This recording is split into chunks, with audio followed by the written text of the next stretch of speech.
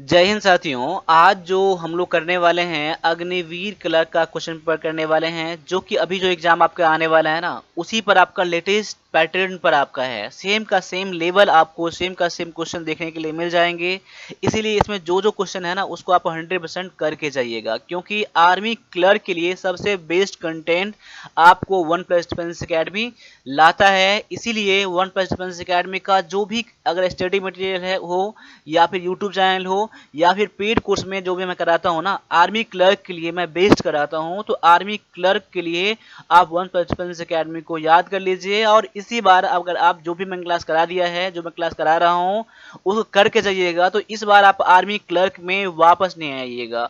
आपके पास जो भी बुक है ना, उसको करते रहिए, कोई दिक्कत नहीं है। लेकिन वन प्लस डिफेंस अकेडमी का आप जो भी स्टडी मटेरियल है या पेड कोर्स है, उसको आप जरूर ले लीजिएगा, ठीक है। साथ साथ में आप इंग्लिश में आप बेस्ट करना चाहते हैं, तो आप वन प्लस डिफेंस अकेडमी का एप्लीकेशन डाउनलोड कर लीजिएगा और क्लास को ज्वाइन कर लीजिएगा इंग्लिश के लिए। या फिर आप क्वेश्चन पेपर इंग्लिश का ई बुक या फिर कंप्यूटर का ई बुक भी ले सकते हैं। इसके लिए आप मुझे इस बार मुझे कॉल या मुझे व्हाट्सएप करिएगा। तो चलिए मैं क्लास स्टार्ट करता हूँ, ज़्यादा मैं टाइम नहीं लेता हूँ, और क्लास को लास्ट तक देखिएगा। देखिए आपके सामने में जो पहला क्वेश्चन आ चुका है, ये है फतेहपुर सिकरी की स्थापना द्वारा मुगल साम्राज्य की राजधानी के रूप में किया गया था। यानी फतेहपुर सिकरी का जो स्थापना किया गया था शुरू में मुगल साम्राज्य की राजधानी के रूप में किया गया था, वो किसके द्वारा किया गया था, यानी कि कौन से मुगल बादशाह के द्वारा किया गया था। तो यहाँ पर 4 मुगल बादशाह का नाम दिया गया है। तो यहाँ पर देख लीजिए कि इसमें आंसर क्या है। देखिए मैं इसका आंसर बता रहा हूँ, आंसर आप लोग मैच कर लीजिएगा। और इससे रिलेटेड यानी कि मुगल साम्राज्य से रिलेटेड मैं आपको कुछ 2-3 पॉइंट में बताऊंगा, उसको याद कर लीजिएगा, जो कि आपके एग्जाम के लिए बहुत ज़्यादा इंपॉर्टेंट है। सबसे पहले इसका जो आंसर है वो नोट कर लीजिए। इसका जो आंसर है ऑप्शन नंबर डी है। अगर आपने ऑप्शन नंबर डी इसका आंसर करा है, तो आपका आंसर बिल्कुल ठीक हो जाता है, ठीक है। अब देखिए एक दो पॉइंट यहाँ पर नोट कर लीजिए कि मुगल साम्राज्य का जो स्थापना हुआ था, मैं यहाँ कहता हूँ स्थापना जो हुआ था वो कब हुआ था, तो 1526 में हुआ था। अब देखिए यहाँ पर एक क्वेश्चन इसमें और बन जाता है कि पहला पानीपत का जो युद्ध हुआ था कब हुआ था। ये हुआ था 1526 में हुआ था। और साथ साथ में ये जो हुआ था ना, बाबर बाबर और इब्राहिम लोदी के बीच हुआ था। क्या हुआ था? इब्राहिम लोदी के बीच हुआ था, ठीक है। अब एक और नोट कर लीजिए, यहाँ पर है क्या, खानवा का युद्ध। क्या है?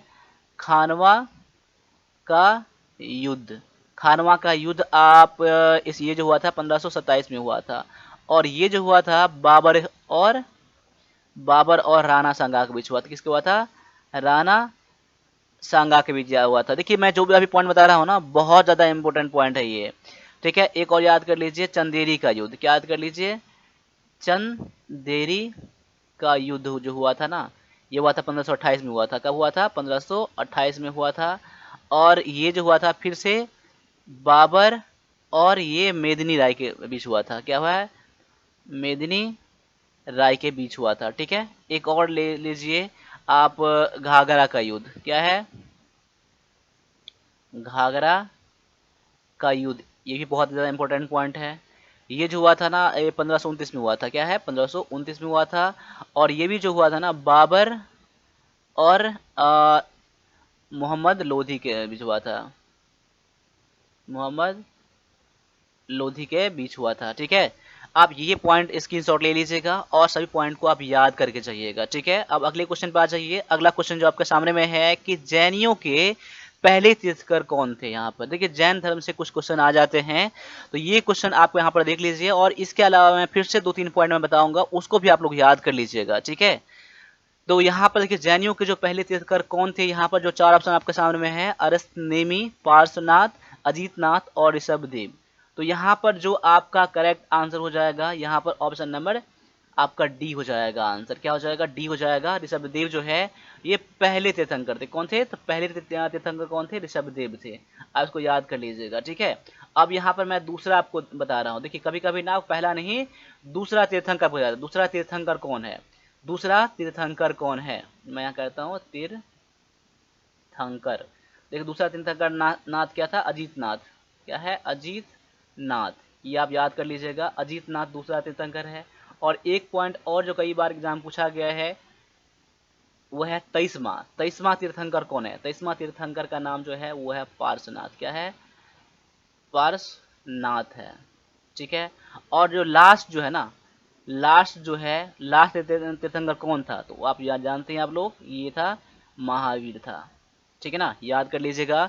ये आप एग्जाम में कई बार पूछ लिए गए हैं, इसलिए जो मेन मेन आपका है मैंने वो बता रखा है यहाँ पर। देखिए पहला तो यहाँ पर है ऋषभदेव है। दूसरा जो है वो है आपका दूसरा दूसरा तीर्थंकर जो है अजीतनाथ है। और 23वां जो है वो पार्श्वनाथ है। और लास्ट जो तीर्थंकर था ये है महावीर। ठीक है, तो यहाँ पर आपके लिए बहुत ज़्यादा मैं इंपॉर्टेंट बता दिया हूँ दोनों क्वेश्चन के लिए। देखिए क्लास आपको अच्छा लग रहा है तो क्लास को आप लोग लाइक जरूर करिएगा। और अभी तक में आपने सब्सक्राइब नहीं किया है तो सब्सक्राइब करके हम लोगों का आप लोग सपोर्ट जरूर कीजिएगा। ठीक है, मैं आपसे इतना उम्मीद जरूर कर सकता हूँ। ठीक है, चलिए अब आगे आ जाइए। अगला क्वेश्चन आपके सामने में है कि किस दिन को विश्व पर्यावरण दिवस के रूप में मनाया जाता है? यहाँ पर पर्यावरण दिवस जो है, यहाँ पर देख लीजिए कि विश्व पर्यावरण दिवस कब मनाया जाता है। वर्ल्ड इन्वायरमेंटल हेल्थ डे जो मनाया जाता है कब मनाया जाता है? यहाँ पर आपके सामने में 4 ऑप्शन है, 14 जुलाई, 29 सितंबर, 23 जून और 26 सितंबर। तो यहाँ पर जो आपका करेक्ट आंसर हो जाएगा ये फिर से ऑप्शन नंबर डी हो जाएगा। वो 26 सितंबर को मनाया जाता है, विश्व पर्यावरण दिवस मनाया जाता है। अब आपके सामने में अगला क्वेश्चन आ चुका है कि निम्नलिखित में से किसे भारत के डायमंड सिटी के रूप में जाना जाता है? देखिए आपने क्या पिंक सिटी के बारे में पढ़ा होगा, और भी चीज पढ़ा होगा आपने, लेकिन यहाँ पर डायमंड सिटी के रूप में भी जाना जाता है। तो डायमंड सिटी के रूप में कौन से शहर को जाना जाता है? तो यहाँ पर ऑप्शन आपके सामने में है सूरत, पन्ना, या फिर मुंबई, या फिर जयपुर। तो यहाँ पर इसका जो करेक्ट आंसर है ऑप्शन नंबर ए है, जो कि सूरत। सूरत को क्या बनाया जाता है? सूरत को जो बनाया जाता है डायमंड सिटी के रूप में जाना जाता है। तो इसको आप लोग याद जरूर कर लीजिएगा। ठीक है, अब आगे देख लीजिए। अगला क्वेश्चन जो है, निम्नलिखित में से किस राज्य में सुंदरवन मैनग्रोव स्थित है? सुंदरवन मैनग्रोव, आप सुंदरवन से याद कर लीजिएगा। अगर नहीं पता होगा तो पहले इसका ऑप्शन देख लीजिए, अगर आपको पता है तो मेरे आंसर से आप लोग मैच करिएगा। ठीक है, तो यहाँ पर जो आपका करेक्ट आंसर है ऑप्शन नंबर बी है, पश्चिम बंगाल। पश्चिम बंगाल इसका करेक्ट आंसर है। पश्चिम बंगाल में सुंदरवन मैनग्रोव स्थित है। अब देखिए मैं एक चीज बता रहा हूँ आप एग्जाम के लिए, एग्जाम में कभी भी आप लोग नेगेटिव करने का कोशिश मत करिए, कभी भी। अगर क्वेश्चन नहीं बने तो वहां पर क्वेश्चन आप छोड़ के आ जाइएगा, वो चीज ठीक रहेगा, लेकिन आप लोग नेगेटिव करने का कोशिश मत करिएगा। ठीक है, आपसे अगर 20 क्वेश्चन बनता है या 30 क्वेश्चन बनता है, 35 क्वेश्चन बनता है तो कोई दिक्कत नहीं है। वैसे भी आप लोग मान लो 20 क्वेश्चन बन गया, 20 क्वेश्चन पे आपका होगा नहीं, आपका एग्जाम क्रैक नहीं होगा, तो आप क्या करोगे? आप 30 क्वेश्चन कर दोगे, 10 क्वेश्चन आप लोग रिक्स लोगे, कुछ बना दोगे। अब जब मान लो इतना रिक्स ले रहे हो तो वैसे भी आप फेल कर जाओगे। ठीक है, इससे बढ़िया आप इसी क्वेश्चन करो, कोई दिक्कत नहीं है। अब ऐसा अगर टारगेट करके चलते हो ना तो एग्जाम में जरूर पास कर जाओगे, अपने आप को इम्प्रूव कर लोगे। ठीक है, और भी जो इससे रिलेटेड आपका एग्जाम से रिलेटेड कुछ भी है तो आप मुझसे बात कर सकते हैं, एग्जाम में कोई डाउट है तो। अब यहाँ पर अगला जो अब क्वेश्चन आपके सामने में है कि निम्नलिखित में से कौन रक्त के थक्के जमने में मदद करता है? रक्त के थक्के जमने में मदद करता है, यहाँ पर कौन सी विटामिन यहाँ पर है? यहाँ पर 4 विटामिन का नाम दिया गया है और अपना आंसर आपको मैच करना है। नहीं पता है तो स्क्रीनशॉट अभी लेते रहिए आप, और आप मुझे बता दीजिएगा कि इसमें और इसका नोट बना लीजिएगा। ठीक है, और रिवीजन जरूर करिएगा आप लोग। तो यहाँ पर इसका आंसर जो हो जाता है ऑप्शन नंबर सी हो जाता है। विटामिन के जो होता है ना, ये रक्त के थक्के जमने में हेल्प करता है। तो ऑप्शन नंबर सी आपका यहाँ पर करेक्ट आंसर हो जाता है। अब अगला क्वेश्चन आपके सामने में है कि चांदी का परमाणु क्रमांक क्या है? अब यहाँ पर क्वेश्चन नंबर 7 के लिए देखिए, परमाणु क्रमांक जो होता है ना, कुछ कुछ आप लोग जो मेन मेन है उसको आप लोग सर्च करके एक बार जो भी कहीं बुक कर होगा तो उसमें करके जरूर देख लीजिएगा आप लोग। ठीक है, मैं इसका वैसे आंसर बता दे रहा हूँ यहाँ पर कि चांदी का परमाणु क्रमांक कितना है। चांदी का परमाणु क्रमांक जो है यहाँ पर 47 है। तो ऑप्शन नंबर आपका ए जो है यहाँ पर फिर से करेक्ट आंसर है। अगला क्वेश्चन देख लीजिए क्या है कि निम्नलिखित में से किसे सुसाइड बैग कहा जाता है? ये कई बार एग्जाम में आ चुके हैं। तो कुछ क्वेश्चन जो होता है ना इंडियन आर्मी रिपीट भी करता है, इसलिए आप लोग जो भी मैं क्वेश्चन करा रहा हूँ उसको पूरा पूरा करके जाना है आप लोगों को। और जब भी मेरा क्लास होता है तो क्लास को आप लोग लास्ट तक जरूर देखिएगा। अगर टाइम नहीं हो तो उस टाइम क्लास मत देखिएगा, कोई दिक्कत नहीं है, लेकिन जब आपके पास टाइम हो तभी क्लास देखिएगा और कोशिश करिएगा कि पेन और पेपर लेकर आप क्लास को देखिएगा। ठीक है, वैसे अभी 10 बजे डेली आ रहा है।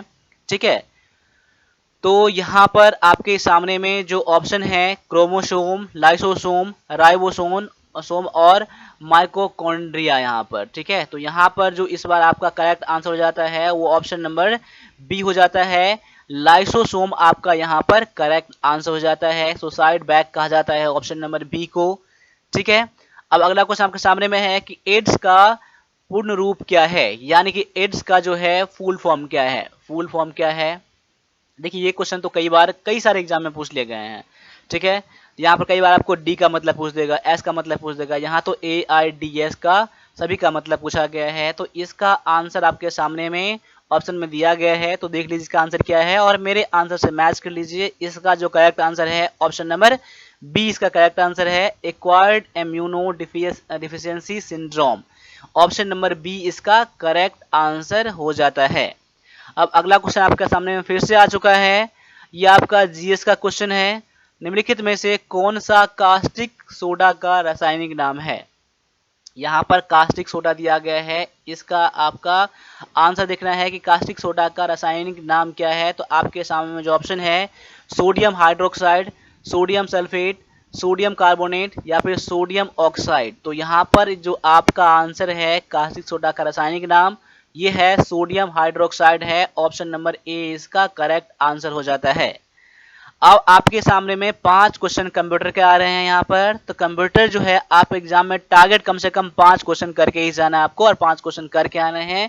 अगर दुर्भाग्य से एक क्वेश्चन गलती हो जाएगा तो 4 क्वेश्चन आप जरूर करिएगा। देखिए एग्जाम पास करने के लिए इतना आपको करना ही पड़ेगा। कंप्यूटर इजी सब्जेक्ट है, ठीक है। तो यहाँ पर कंप्यूटर में आपको नंबर लाना है। देखिए यहाँ पर 20 नंबर के क्वेश्चन आते हैं यहाँ पर, तो बहुत ज़्यादा मायने रखता है कंप्यूटर आपका, क्योंकि ये बहुत इजी सब्जेक्ट है। इसके लिए हमारे पास एक ई बुक है जिसके लिए 50 रुपया पे करना होता है। उसमें 800 प्लस क्वेश्चन यहाँ पर है, ये 100 क्वेश्चन है। तो इसको आप जरूर करके जाइएगा। अगर आर्मी क्लर्क में अच्छा करना चाहते हैं तो, कंप्यूटर के सेक्शन में अच्छा नंबर लाना चाहते हैं तो आर्मी क्लर्क के लिए स्पेशल है तो उसको जरूर ले लीजिएगा। इसके लिए आपको पेमेंट इस पर करना होगा और मैं आपको ये बुक व्हाट्सएप कर दूंगा। तो यहाँ पर क्वेश्चन देख लीजिए क्या है, कंप्यूटर मॉनिटर को इस रूप में भी जाना जाता है। कंप्यूटर मॉनिटर को और किस नाम से जाना जाता है, क्या डीवीयू के रूप में या यूवीडी के रूप में या फिर वीडीयू के रूप में या फिर सीसीटीवी के रूप में जाना जाता है, किस रूप में जाना जाता है। यहाँ पर देखिए यहाँ पर जो आपका करेक्ट आंसर हो जाएगा ऑप्शन नंबर आपका सी हो जाएगा, वीडियो ग्रुप में जाना जाता है। इसका जो कई बार फुल फॉर्म पूछ लिया जाता है क्या है, विजुअल डिस्प्ले यूनिट्स, ठीक है, याद कर लीजिएगा। विजुअल डिस्प्ले यूनिट इसका फुल फॉर्म हो जाता है। ऑप्शन नंबर सी इसका करेक्ट आंसर है। अगला जो क्वेश्चन है, कंप्यूटर से मुद्रित आउटपुट को कहा जाता है, यानी कंप्यूटर से जो भी आप लोग प्रिंट करा के लाते हो, प्रिंट करा के जो फाइल डॉक्यूमेंट लाते हो उसको क्या कहा जाता है। क्या उसको कॉपी कहा जाता है या सॉफ्ट कॉपी कहा जाता है या हार्ड कॉपी या फिर पेपर, क्या कहा जाता है। उसको जो कहा जाता है उसे हार्ड कॉपी कहा जाता है, यानी कि ऑप्शन नंबर ये सी में दिया गया है।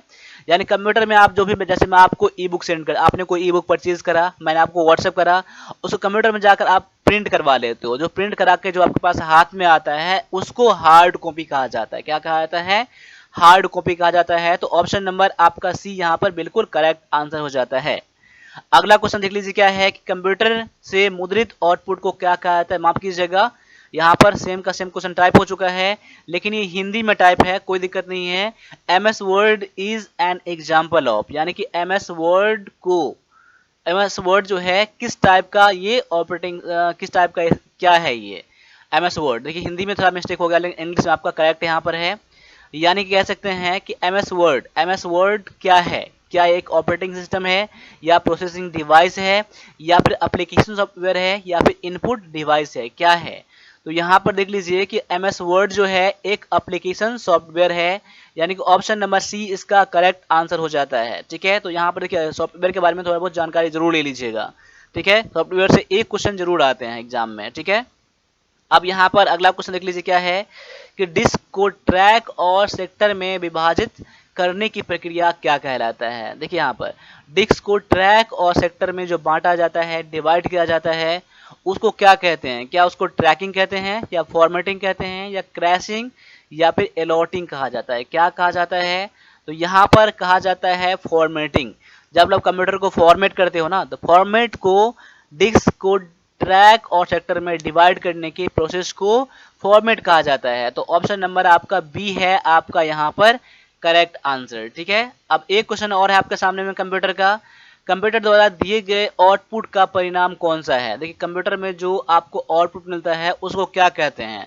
क्या उसे डाटा कहा जाता है, इंस्ट्रक्शन कहा जाता है, या फिर इंफॉर्मेशन, या फिर एक्सकर्शन कहा जाता है? क्या कहा जाता है? देखिए, कंप्यूटर में जो भी आपको आउटपुट मिलता है उसको इंफॉर्मेशन कहा जाता है। क्या कहा जाता है? इंफॉर्मेशन कहा जाता है।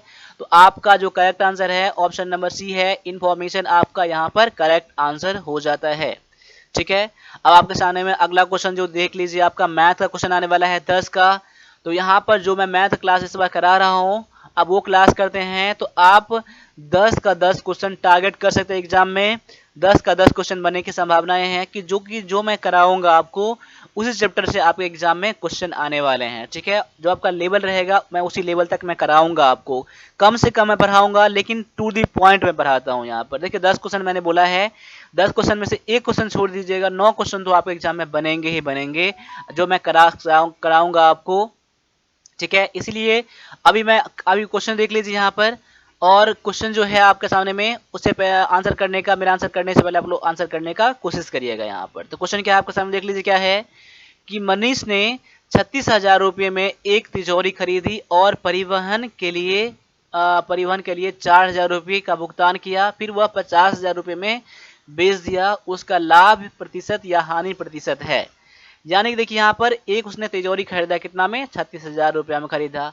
परिवहन पर उसने 4,000 रुपया खर्चा कर दिया और उसको 50,000 में बेच दिया, तो उसका क्या हुआ? अब देखिए यहाँ पर, अब मान लीजिए कोई आपने सामान खरीदा, कहीं पर आपने मुजफ्फरपुर में खरीदा और पटना में उसको सेल करेंगे, तो पटना तक लाने में कुछ ना कुछ तो खर्च भरेगा आपका। तो खर्च किस पर जोड़ेंगे? तो जितना आपने खर्च खरीदा है उस पर ही जोड़ेंगे ना, तब तो आपका जो सेलिंग प्राइस रहेगा आप तब देखेंगे ना लॉस हुआ या प्रॉफिट हुआ। तो जो भी परिवहन पर खर्च किया जाता है वो आपका कॉस्ट प्राइस ही हो जाता है। यानी कह सकते हैं कि कॉस्ट प्राइस यानी कि क्रय मूल्य कितना हो जाएगा? ये हो जाएगा 36,000 और प्लस में 4,000 हो जाएगा। यानी कह सकते हैं कि 40,000 रुपये का क्या हो गया, उसका खर्च हो गया, कॉस्ट प्राइस हो गया उसका। और सेलिंग प्राइस का क्या है? सेलिंग प्राइस का है 40,000 है, तो माफ कीजिएगा 50,000 दिया गया है। कितना है? 50,000 यहाँ पर दिया गया है। अब देखिए यहाँ पर आपको, देखिए जब सेलिंग प्राइस है 50,000 और कॉस्ट प्राइस है 40,000, अब क्रय मूल्य तो कम है ना, तो यहाँ पर इसका लाभ हो जाएगा। लाभ यानी कि प्रॉफिट। प्रॉफिट बराबर क्या हो जाएगा? विक्रय मूल्य घटे क्रय मूल्य, यानी एसपी घटे में सीपी यानी कि कॉस्ट प्राइस। यानी कह सकते हैं कि 50,000 माइनस में 40,000 बराबर में कितना हो जाएगा? 10,000 हो जाएगा। ठीक है, अब यहाँ पूछ रहा है प्रॉफिट परसेंट पूछ रहा है ना। देखिए प्रॉफिट परसेंट बराबर क्या होता है? प्रॉफिट परसेंट क्या होता है कि प्रॉफिट बटा में कॉस्ट प्राइस इंटू में 100 होता है। मैं यहाँ कर देता हूँ। ठीक है, यहाँ मैं कर देता हूँ। देखो एक प्रॉफिट कितना है? 10,000 आपका है, बटा में कितना हो जाएगा? ये 40,000 कॉस्ट प्राइस हो जाएगा इसका, और गुना में 100 हो जाएगा। ये मैंने फार्मूला पर मैंने इसको सेट कर दिया यहाँ पर। देखिए यहाँ पर मैं इसका पेन कलर में चेंज कर देता हूँ यहाँ पर। देखिए यहाँ पर फॉर्मूला मैंने इसको सेट कर दिया। अब काटिए यहाँ पर, देखिए 10,000 चौका में 40,000 4 और 4 से काटेंगे तो कितना हो जाएगा? 25 हो जाएगा। यानी कि 25% का क्या है? इसका लाभ हो जाता है। ऑप्शन नंबर इसका बी क्या है? इसका करेक्ट आंसर हो जाता है। ठीक है, देखिए मैं समझा रहा हूँ तो आपको टाइम लग रहा है, लेकिन आप खुद से बनाएंगे तो बिल्कुल टाइम नहीं लगेगा। क्वेश्चन बहुत ही आसान सा क्वेश्चन ये है। ठीक है, अब आगे आ जाइए। अगला क्वेश्चन आपके सामने में दिया गया है कि एक व्यक्ति का वेतन 7200 रुपया से बढ़कर 8100 रुपया हो गया, उसके वेतन में कितने प्रतिशत की वृद्धि हुई? देखिए पहले इसका वेतन कितना था? 7,200 था, अब ये 8,100 हो गया, तो कितना परसेंट का वृद्धि हुआ है? देखिए पहले ये देख लीजिए, पहले वृद्धि कितना हुआ, वृद्धि कितना हुआ? देखिए 8100 रुपया यहाँ पर दिया गया है, 8100 यहाँ पर है, माइनस में से 7200 कर दीजिए, यानी कि 900 रुपया में क्या हो गया? 900 बढ़ गया ना। अब परसेंट इंक्रीज, प्रतिशत वृद्धि बराबर क्या हो जाता है? वृद्धि कितना हुआ? 900 वृद्धि हुआ ना। कितना रुपया से वृद्धि हुआ? तो 7200 से वृद्धि हुआ है। देखिए कितना से वृद्धि होगा वो देखना है आपको, ठीक ना। गुना में 100 हो जाएगा यहाँ पर। तो ये तरीका होता है, कितना वृद्धि हुआ, कितना से ही हुआ, गुना में 100 कर दीजिए, आपका ये प्रतिशत वृद्धि निकल जाएगा। यहाँ पर देख लीजिए, यहाँ पर 0 कट जाएगा, 9 8 72, यानी 8 से काटेंगे यहाँ पर कितना हो जाएगा? 12.5% यहाँ पर हो जाएगा, जो कि ऑप्शन नंबर ये डी में दिया गया है। तो यहाँ पर पॉइंट के बाद 0.5% कर दीजिएगा, टाइपिंग मिस्टेक यहाँ पर है। तो 12.5% आप क्या है? आपका आंसर है ऑप्शन नंबर डी आपका यहाँ पर करेक्ट आंसर हो जाता है। ठीक है, आपको कोई दिक्कत नहीं होना चाहिए ऐसे क्वेश्चन बनाने के लिए। ठीक है, क्योंकि ये क्वेश्चन बहुत ही इजी लेवल के है और इसी लेवल के आप एग्जाम में क्वेश्चन आएंगे। तो अर्थमेटिक का जो भी पोर्शन है ना आप करके जाइएगा। ठीक है ना, एग्जाम में आर्मी क्लर्क में अर्थमेटिक और आपका नंबर सिस्टम जो सब भी आता है, सिंप्लीफिकेशन, डेसिमल फ्रैक्शन। ठीक है, और आप थोड़ा बहुत आप क्या करना कि आपका ट्रिग्नोमेट्री का फार्मूला जो आता है बहुत इजी लेवल का क्वेश्चन आता है, उसको जरूर करके जाइएगा, क्योंकि एग्जाम में देखने के लिए ये भी मिल जाते हैं कभी कभार। ठीक है, तो देखिए यहाँ पर मैं क्लास पर फोकस कर रहा हूँ, आप लोग क्लास फोकस कर रहे हैं। थोड़ा मैं तो आपको डिस्टर्ब करना चाहूंगा। अभी तक आपने लाइक नहीं करा है ना, तो लाइक जरूर कर लीजिएगा। ठीक है, और सब्सक्राइब अभी तक नहीं करा आपने, सब्सक्राइब जरूर करिएगा। ठीक है, ताकि हम लोगों का मोटिवेशन भी बढ़े लाइक से, और सपोर्ट हम लोगों का मिले आपका सब्सक्राइब करने से। देखिए हम लोग आपके लिए इतना मेहनत कर रहे हैं, तो आप लोगों का भी कुछ ना कुछ फर्ज बन जाता है। ठीक है, अब आगे आ जाइए। निम्नलिखित व्यंजक को सरल कीजिए, आपको यहाँ पर इसको सिंप्लीफाई करना है इसको। ठीक है, अब देखिए यहाँ पर इन दोनों को गुना करेंगे कितना हो जाएगा, 12.5 को 8 से गुना करेंगे तो कितना बन जाता है, ये 12×96 और 4 यानी कि 100 गुना में 1.44 रूट अंडर में ही रहेगा ये, यानी आप दोनों गुना करेंगे कितना हो जाएगा, 144 हो जाएगा रूट अंडर में, क्योंकि दशमलव बाद 2 अंक है और 2 जीरो है, यानी कितना हो जाएगा, यानी रूट अंदर इसका स्क्वायर रूट करेंगे ना, इसका 12 आ जाएगा, क्योंकि 12 144 होता है ना। देखिए 12 गुना में 12 होता है ना, तो एक तो 12 निकालेंगे ना, अब ये हटाएंगे तो मैंने 12 यहाँ पर कर दिया, तो ऑप्शन नंबर ये ए में दिया गया है। तो आपका आंसर ऑप्शन नंबर ए इसका करेक्ट हो जाता है। ठीक है, अब आगे देख लीजिए, अगला क्वेश्चन आपके सामने में आ चुका है कि इसमें देखना है ये जो फ्रैक्शन सब दिया गया है ना, इसमें से सबसे छोटा फ्रैक्शन कौन सा, सबसे छोटा भिन्न कौन सा है, सबसे छोटा फ्रैक्शन बोले या फिर भिन्न बोले, सबसे छोटा कौन सा है। देखिए ये बनाने का 2-3 तरीके होते हैं। सपोज कर लीजिए एक तो तरीका पहला ये है कि 2/3 है ना, पहले इसको पॉइंट में चेंज कर लीजिए। पॉइंट में चेंज करेंगे ना, 2 में 3 से बाहर आएंगे तो पॉइंट को कितना, 0.666 करके आएगा। ठीक है, अब यहाँ पर 3/4 यहाँ पर है, तो पॉइंट के बाद 7 चौका 28, पॉइंट के बाद 7 7 5 करीब आ जाएगा यहाँ पर।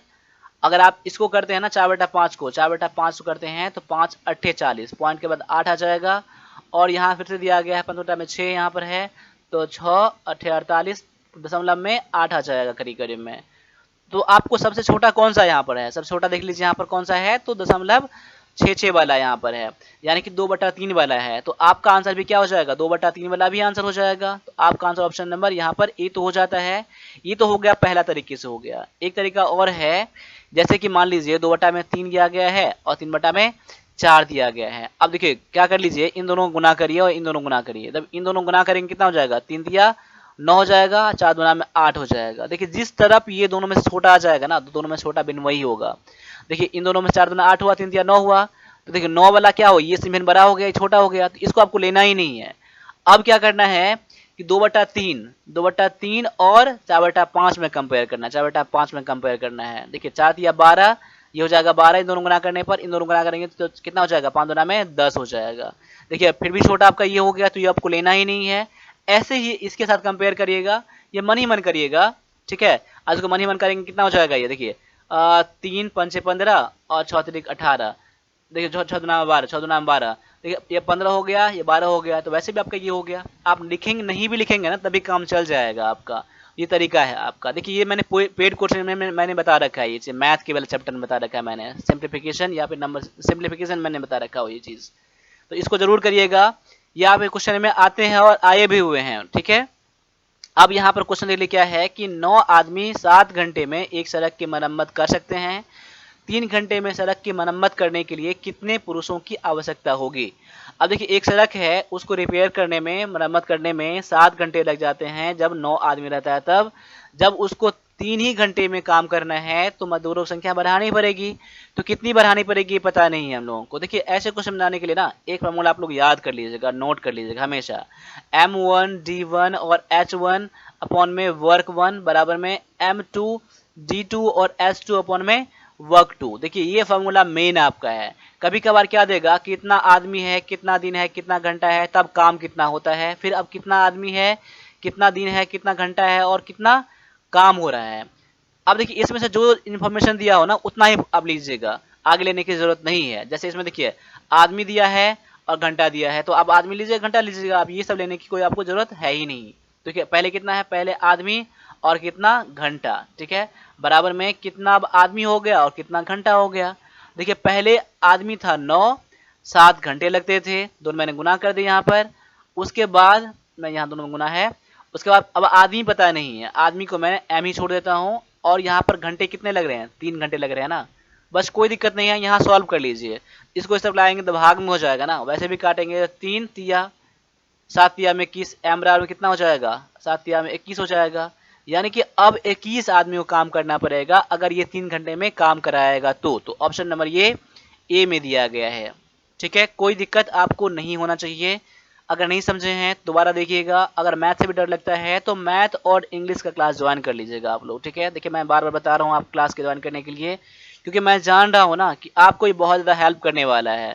देखिए आप लोग किस फैमिली से आते हैं, कितना, देखिए बहुत ही कम बच्चे होते हैं जो ठीक ठाक फैमिली से आते हैं, नहीं तो नॉर्मल फैमिली जो होते हैं मिडिल क्लास होते हैं, मैं समझता हूँ, इसलिए प्राइस भी कम है आपके एग्जाम के लिए। देखिए प्राइस इतना कम है कि मान लीजिए, देखिए तो कहीं जाएंगे आएंगे तो उतना खर्चा हो जाएगा। ठीक है, तो यहाँ पर पैसे का आप लोग अहमियत मत दीजिएगा यहाँ पर इस क्लास करने के लिए, और ज़िंदगी में वैल्यू दीजिएगा। लेकिन जब क्लास की बात होती है ना, सिलेक्शन की बात आती है, आर्मी की बात आती है, तो 1800 रुपया में आपको दोनों चीज़ हो जाएगा, इंग्लिश और मैथ का दोनों ज्वाइन कर लीजिएगा। या फिर आप यहाँ पर नीचे में लिंक कहीं कहीं देखते होंगे ना, कंप्यूटर का ई बुक, ठीक है, आपका इंग्लिश का और क्वेश्चन पेपर है, क्लास ज्वाइन करने पर मैं फ्री में दे दूंगा आपको, नहीं तो आप ये सब भी ले सकते हैं इंडिविजुअली। ठीक है, और आप वन प्लस वन अकेडमी का एप्लीकेशन जरूर डाउनलोड करिएगा प्ले स्टोर से। और भी कोई क्वेरी है बुक्स रिलेटेड, क्लास रिलेटेड, तो इसमें मुझे व्हाट्सएप या कॉल भी मुझे आप कर सकते हैं। तो अगला क्वेश्चन फिर से आपके यहाँ से यहाँ तक आ गया है। क्वेश्चन क्या है कि 21, 42, 90 के चौथे आनुपातिक का मान कितना है। देखिए चौथे अनुपातिक का मान, देखिए ऐसे क्वेश्चन बनाने के लिए क्या करेंगे आप, 21 अनुपात में 42 कर दीजिए और समानुपात में 90 अनुपात में x कर दीजिए। यहाँ पर देखिए समानुपाती में, देखिए 1 2 3 दिया रहेगा, चौथा नहीं दिया रहेगा, तो उसको आप लोग x के यहाँ पर कर दीजिएगा। अब देखिए यहाँ पर क्या कर दीजिएगा, इन दोनों गुना करिएगा, दोनों बीच वाला को और दोनों साइड वाला गुना करिएगा, आप लोग इन दोनों साइड वाला गुना करिएगा। देखिए यहाँ पर 21 गुना में x हो जाएगा बराबर में 42 गुना में 90 हो जाएगा। अब कट रहा है तो काटिए, 21 दुना में 42 2 बच रहा है, और x बराबर कितना हो जाएगा, 90 दुना में 180 हो जाएगा। यही आपका क्या निकल जाएगा x की वैल्यू, ये चौथा आनुपातिक हो जाएगा जो ऑप्शन नंबर ये ए में दिया गया है। ठीक है, तो ऐसे क्वेश्चन को आप लोगों को करके जरूर जाना है आप लोगों को। ठीक है, ये अनुपात समानुपात का, रेशियो एंड प्रोपोर्शन का ये क्वेश्चन है आपका। ठीक है, अब आगे आ जाइए। अगला जो क्वेश्चन है, दिए गए विकल्पों में से उस संख्या का चयन करें जो निम्नलिखित श्रृंखला में प्रश्नवाचक चिन्ह के को प्रस्तापित करेगा। यहाँ पर क्वेश्चन मार्क के स्थान पर क्या आएगा। एक सीरीज दिया गया आपका, एक है, 3 है, 7 है, 15 है, 31 है, 63 है, तो यहाँ पर अगला नंबर कौन सा आएगा। पहले इन दोनों में देखिए कितना डिफरेंस है, 2 का डिफरेंस है। अब इन दोनों का दिख रहा हूँ डिफरेंस 4 का है, इनका मैं देख रहा हूँ तो 8 का है, इनका मैं देख रहा हूँ तो 16 का है, इनका देख रहा हूँ मैं तो 32 का है। अब इसमें गौर करिए, 2 दुना में 4, दुना में 8, दुना में 16, दुना में 32, दुना यहाँ पर 64 यहाँ पर हो जाएगा। यानी इन दोनों का डिफरेंस जो आने वाला है 63 में आप 64 जोड़ दीजिए, 63 में आप लोग 64 जोड़ दीजिए, यानी कि 4 3 7 और 12, यानी 127 आपका यहाँ पर आ जाएगा। तो ऑप्शन नंबर ये किस में दिया गया है, ये सी में दिया गया है। देखो आपको ऐसे ही पैटर्न इसमें देखना होता है। देखिए हो सकता है कभी कभी ना स्क्वायर करके दे दिया हो, या फिर कभी कभी गुना करके, कभी कभी जोड़ के दिया हो, कुछ भी हो सकता है, जब आप सोचेंगे तो बनेगा। ठीक है, तो मैं उम्मीद करता हूं कि आप लोग क्वेश्चन ये सॉल्व कर लिए होंगे, मेरे से पहले किए होंगे आप लोग। देखिए अगला जो क्वेश्चन है आपका, देख लीजिए क्या है कि एक बेलन और एक शंकु की त्रिज्या का अनुपात 1:2 है। यदि उसकी ऊंचाई समान है तो उनके आयतन का अनुपात क्या है, ज्ञात कीजिए। देखिए ये क्वेश्चन आपका मेंसुरेशन से है। देखिए मेंसुरेशन से 2 क्वेश्चन आपको कम से कम मैंने बोला है देखने के लिए मिल जाएगा आपको एग्जाम में। ठीक है, मेंसुरेशन के लिए तो ऐसे क्वेश्चन को मिस मत करिएगा, और जितना सा फॉर्मूला है आप जरूर याद कर लीजिएगा उसको। ठीक है, अब यहाँ पर 2 से पहले देख लीजिए बेलन का आयतन क्या होता है। देखिए बेलन का आयतन बराबर में क्या होता है, पाई आर स्क्वायर एच होता है। ठीक है, और यहाँ पर दिया गया है शंकु, तो शंकु का आयतन क्या होता है, शंकु का आयतन क्या होता है आपका 1/3 पाई आर स्क्वायर एच होता है। अब देखिए यहाँ पर हाइट क्या है, हाइट उनका क्या समान ही है, और उसका त्रिज्या है ना, त्रिज्या 1 और 2 दिया गया है। एक का त्रिज्या मान लीजिए 1 और दूसरा का मान लीजिए 2। पहले बेलन दिया गया ना, तो बेलन का त्रिज्या कितना हो जाएगा, 1 हो जाएगा, और शंकु का त्रिज्या कितना हो जाएगा, 2 हो जाएगा। तो ये देखिए यहाँ पर पाई आर स्क्वायर एच, ठीक है, बटा में 1/3 पाई आर स्क्वायर एच। देखिए दोनों का अनुपात है ना, दोनों का अनुपात मैं निकाला हूँ। देखिए पाई पाई कट जाएगा, एच एच कट जाएगा, 3 नीचे है, सबसे नीचे है, देखो बट्टा के बट्टा में है, 3 नीचे है, 3 ऊपर चला जाएगा, यानी कह सकते हैं कि 3 आर स्क्वायर बटा में ये कितना हो जाएगा, आर स्क्वायर ओनली बचेगा। देखिए 3 गुना में देखिए बेलन का त्रिज्या कितना, 1 है ना, तो आप 1 का स्क्वायर करेंगे यहाँ पर तो 1 ही रहेगा, यानी कि बटा में यहाँ पर शंकु का त्रिज्या कितना है, 2 है, आप 2 का स्क्वायर करेंगे कितना हो जाएगा, 2 दूना में 4 हो जाएगा, यानी कह सकते हैं कि 3/4, यानी कि 3 अनुपात में 4 क्या हो जाएगा, उसका करेक्ट आंसर हो जाएगा, उसके आयतन का अनुपात हो जाएगा।